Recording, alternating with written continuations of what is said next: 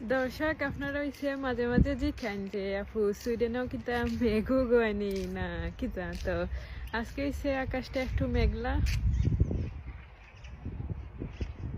ওখানে হইছে আমরা সন্ধ্যা হয়ে যাওয়ার সময় যদি রোদর দিন হইতো তো এখন হইছে রোদ থাকলো না, তো আজকে হইছে আকাশটা একটু মেঘলা।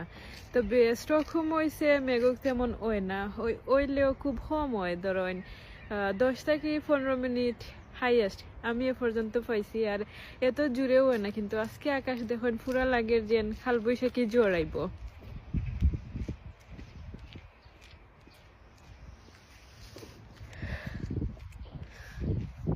তো আমার হইছে আপনারা এরকম দেখছেন না, আপনারা মনে হইতে পারে যে আপু আজকে আপনারা এরকম লাগে এখানে।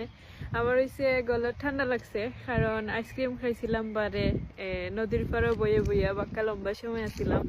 সুইডেনের স্টকহোমের ওয়েদার হইছে একটু তোমার তারা হয় কনস্থিত, মানে হইছে যেন খুবই উইয়ার্ড একটা ওয়েদার। ও ঠান্ডাতে ও গরম তে ও কিতা কতটা নিরিবিলি দেখুন। এটা হচ্ছে আমরার বাসার সামনে, আপনার বাসার সামনে দেখাই আপনারা। ওই যে আমার ফিসে একটা পার্ক দেখরা, এখানে হয়েছে আমরা প্রায় সময় গিয়া বই বিকালে, তারপরে আড্ডা উড্ডা দিই। আর সামারও তো বুঝরাও সরকম হয়েছে পুরা সবুজ হয়ে যায়।